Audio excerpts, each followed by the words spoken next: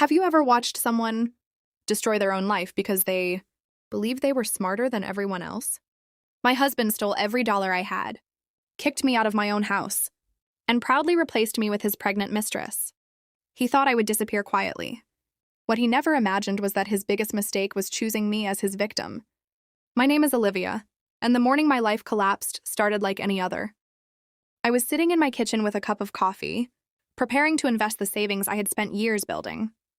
As a senior risk analyst, I trusted facts more than feelings, so I knew exactly how much money should have been in our joint account. The moment I logged in, my entire world stopped. The balance showed zero. At first, I assumed it was a technical error, but the transaction history told a different story. $150,000 had been wired out the night before, and the transfer had been approved by my husband, Ryan. Before I could even call the bank, Ryan walked through the front door looking completely relaxed. When I demanded an explanation, he admitted he had transferred every dollar into an account belonging to Lauren, his former assistant. Then he calmly told me he was filing for divorce because Lauren was pregnant.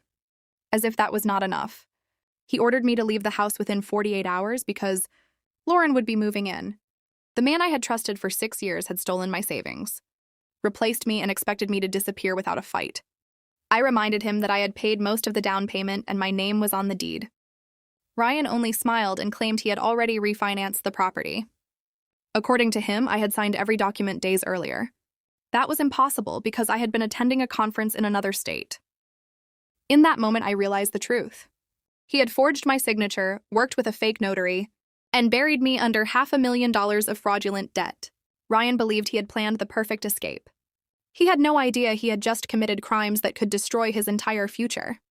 Instead of crying, I opened my laptop and created a file called Federal Fraud Evidence. Ryan thought I was just a woman obsessed with spreadsheets. What he forgot was that exposing financial risk was my profession. Every lie he told became another piece of evidence. Every arrogant smile brought him one step closer to disaster. Later that day, Ryan returned with his parents and sister carrying moving boxes. They walked into my house without permission and started packing my belongings while celebrating Lauren and her unborn baby. My mother-in-law even called my stolen savings a fair payment for wasting her son's youth. They expected me to scream. Instead, I stayed silent because I was no longer looking at family. I was looking at accomplices. While everyone was distracted, my brother-in-law Jamal quietly slipped a folded note into my pocket. He was an independent auditor, and he had discovered that Ryan had forged even more documents to steal another $500,000 using my identity. On the paper was one name and one phone number: Harrison. Jamal whispered that Harrison was Lauren's husband and that he had been searching for me. When I met Harrison, everything changed. He revealed that Ryan and Lauren had also stolen $2 million from one of his companies through fake invoices and shell accounts. They believed they were stealing from an ordinary business. What they never knew was that Harrison secretly controlled a billion-dollar investment empire. Instead of stopping them, he quietly watched them dig their own graves while collecting evidence strong enough to guarantee their complete destruction. Then Harrison offered me a proposal that sounded unbelievable. He wanted us to enter a temporary legal marriage.